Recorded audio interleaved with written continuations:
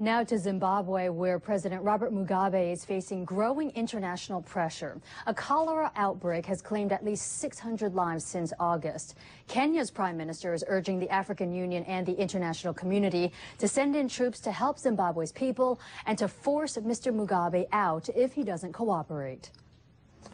President Kikwete must now call an urgent summit of the heads of African Union states, who in turn must formulate a resolution to send African Union troops into Zimbabwe.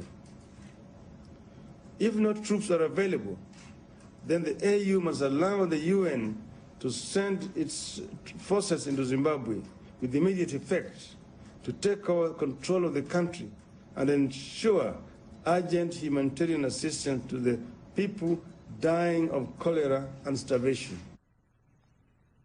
Kenya's prime minister there joining a chorus of world leaders calling on Mr. Mugabe to step down. Martin Geisler has more. His people are suffering, starving and sick. His country is on its knees. Robert Mugabe is running out of excuses and places to hide. Zimbabwe has finally asked for international help to control a cholera epidemic which has claimed hundreds of lives. But the message from world leaders is loud and clear. The best thing he can do for his people is go, and go now.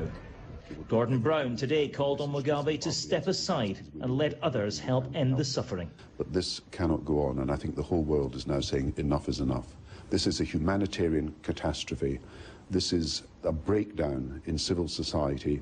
It is a blood-stained regime that is letting down its own people.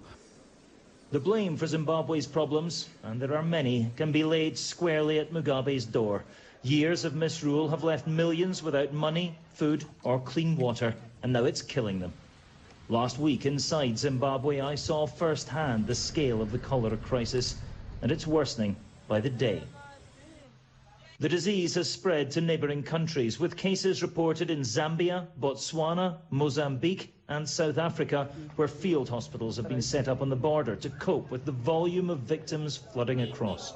Mugabe was once a hero in this region, but many of his old admirers have now turned against him, some even calling for his arrest if this carries on. He's destroyed a wonderful country, a country that used to be a breadbasket. It has now become a basket case itself.